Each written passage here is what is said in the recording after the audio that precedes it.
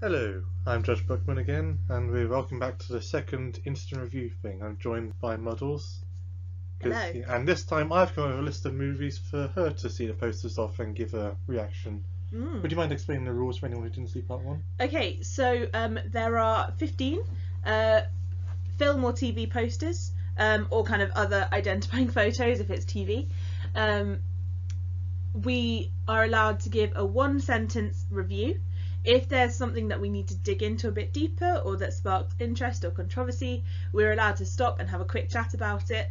But generally speaking, what you'll be getting is our kind of first thoughts on seeing that film or TV show. Because we have a YouTube channel, so you have to pay attention to them. Yes! Okay, and without further ado, here's number one. Ooh, this is the film, right? Yes. Okay, so I haven't seen the film, but I've heard that it's basically a mess of whitewashing. And That is the kindest thing you could say about it. Also doesn't really tell the story of The Last Airbender, which is upsetting. Because it's a great story. Oh, The Lone Ranger, Trains, and the 1812 Overture. No! And... No? William the Tell William Tell Overture. Overture. Oh dear, I'm sorry. The William Tell Overture and Trains and also maybe whitewashing. I had to. We don't talk about this. I've already talked about this. Move on. Move on! Alright, fine. Oh, the Hunchback of Notre Dame! Oh, I love this. It contains some of the most fantastic music of any Disney film. Of any film. Of possibly. any film. And some really strong... I would say it's like possibly one of the most awesome female Disney characters. And one of the best villains ever. And one of the best villains. And it deals with some seriously deep stuff. This is amazing. We haven't. Oh! The live action one, I should call it. The live action Beauty and the Beast. There's an awkward pause here. Problems with sound engineering that make a lot of everything that is sung in this film sounds like it was recorded in a studio, not in like 18th century France, which is a problem. Even the chickens sound like they're in a studio. Oh, okay. So I'm going to get onto this in a review quite soon, actually. I'm not looking forward to watching this film again. It's not that. It's bad. It's not. It's quite bad. It's quite bad. Yeah. But it has a female who's a scientist. It's just that she's locked up for being a scientist, even though in this period of history there were plenty of women scientists. They were just massively subjugated and basically written out of history. Yeah, I'll talk about that more in a review coming up. But that'll be fun to yeah, read. I'm not looking forward to watching this again. I'm looking forward to you watching it again. Yeah, you like it when I'm in pain. You did the Dracula review thing last time. Yeah, okay, fair enough. Oh, okay, good choice. So this is the new Dad's Army film. You say new. It's... Oh, okay, like a few years old Dad's Army film, rather than the classic Dad's Army TV show. Yeah. I think they did a fairly good job of honouring the spirit of it. Hit and miss. It feels, I would say the characters were too much parodies of the originals rather than actual, like they weren't the original characters, they were parodies of the original characters. Yeah, I mean, I'm planning to do a proper review of this at some point, so yes. Watch out for that. Oh, yay! Best. You see, I want to say this unreservedly, probably the best Disney film. Possibly my favourite Disney film. I mean, best Disney film is a pretty strong thing to say. Yeah, I know, so I always hesitate before I say it, but actually I genuinely think this film just hits all the right places for me, and it contains the most powerful single emotional moment of any Disney film that I've ever seen. Which we wouldn't dare spoil to you. I just realised we didn't... That's the French poster I just realised. Never mind. Oh yeah, you've got the French poster, not the real one. Not the English one. Anyway, that's fine. Is France not real for you? Oh, mixed feelings. Mixed feelings. Does not compute. Does not compute. Cannot sum up in one sentence. Then don't. Talk about brilliant and awful. Yes. Fair I think that's fair, right? That sums it up. Brilliant and awful. Oh, okay. Not as bad as everyone thinks it is. It's pretty bad.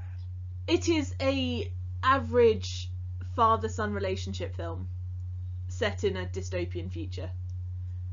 Why is everything set in a dystopian future these days? Dystopias are cool.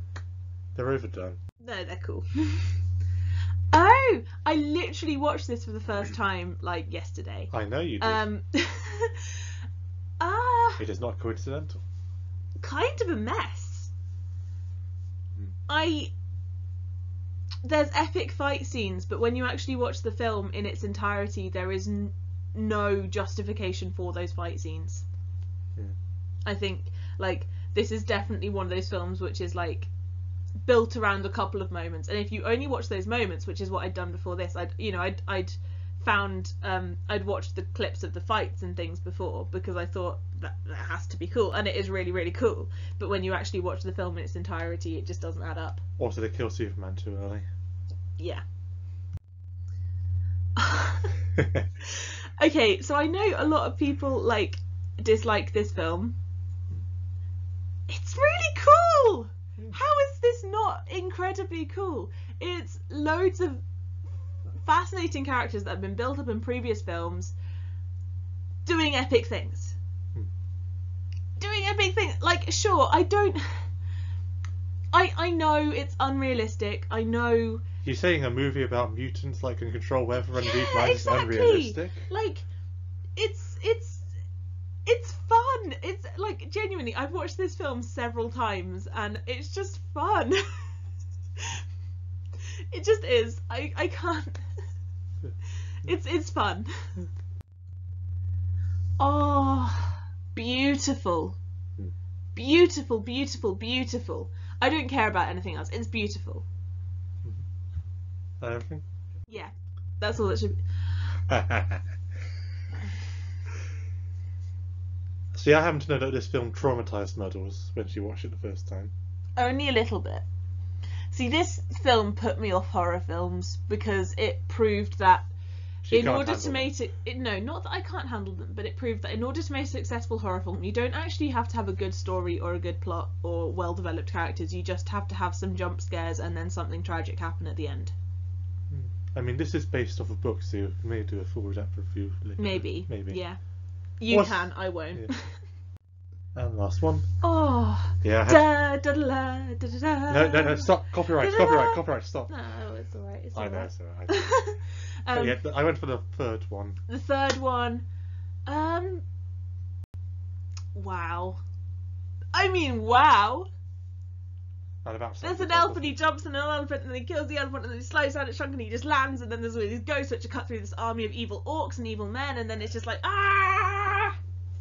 Is this the extended edition or the normal one? Yeah, take your pick. Okay, in extended edition they have the mouth of Sauron appear, who is just like the most amazing. He is probably the character that I remember most that has the least screen time of all characters ever. Yeah, he's in like, he has 4 minutes. I don't even think it's that. Like, he literally appears, goes like, I am the mouth of Sauron and I come to negotiate. And then Aragorn turns his head off, and it's just so cool. This is one of those films where you have 2 films of build up with increasingly epic battles. And then you get to this moment and everyone is in the final stages of their journey. Everything is so close, but you still don't know which way it's going. And then, I mean, you do, because you read the books and it's Lord of the Rings, and like, you know, everyone knows this story, but every single time you're still like... It was Avengers Endgame before the Avengers. That's it. That's how we can sum it up. It's all of your favourite characters coming together doing an epic thing. And it's just... Sorry, I know this is meant to be one sentence, but like... It's the last one, you can get some leeway. Okay, last one, I get some leeway. This is so epic. Such a fantastic film. So important in terms of character. This film set a landmark which has never been reached. The whole trilogy as a whole. Yeah. This is like...